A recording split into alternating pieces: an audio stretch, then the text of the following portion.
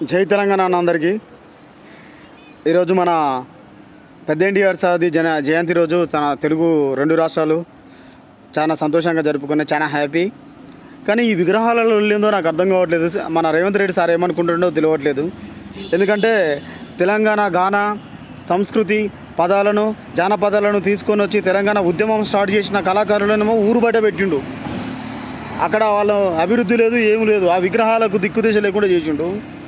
రవీంద్ర భారతులనేమో మన తెలంగాణ పాదం ఉంటేనే పాడనన్న బాలసుబ్రహ్మణ్యం తీసుకొని వచ్చేమో మన రవీంద్ర భారతిలో పెట్టిండు. ఇప్పుడు తెలంగాణలో అమీర్పేటలో మన ఎన్టీఆర్ స్టాచ్యూ ఒక్కటి తక్కువైందని తీసుకొని వచ్చి ఆడబెట్టిండు. అసలు ఏమనుకుంటుండు ఏంది నాకు అర్థం కావట్లేదు. అరే నాయన, తెలంగాణ ఇప్పుడు పెద్ద ఎన్టీఆర్ సార్ది నేను అవమానించాలని చెప్పట్లేదు, కానీ మా అమరవీరుల కంటే గొప్ప కాదని చెప్తున్నా.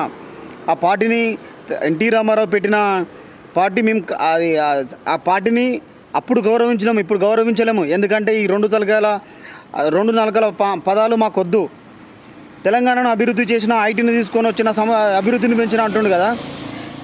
ఈ దేశంలోనే హైదరాబాదు స్వతంత్ర దేశంగా ఉన్నప్పుడు టాప్ 5లో ఉంది హైదరాబాద్.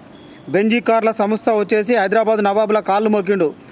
మన జిహెచ్ఎంసీ రోడ్లు ఉడిపిస్తే మా కంపెనీ నష్టపోతుందని.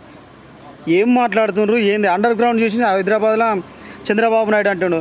మరి అక్కడ గోల్కొండ కానీ, ఖైరతాబాద్ కానీ, ఓల్డ్ సిటీ కానీ, సికింద్రాబాద్ కానీ అంతకుముందే అండర్ గ్రౌండ్ ఉంది.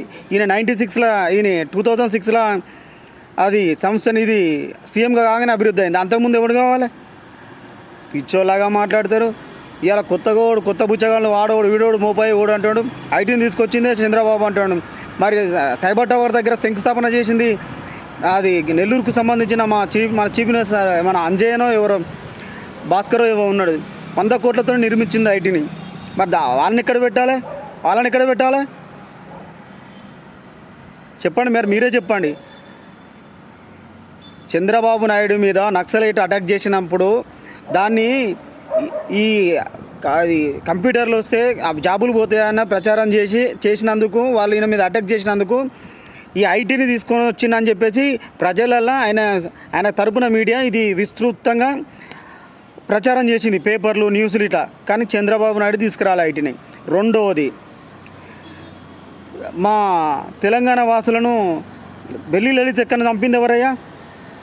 మా రైతులను చాదరగడ్డ దగ్గర గుర్రాలతోని తుపాకీ తూటలతోని చంపింది ఎవరయ్యా?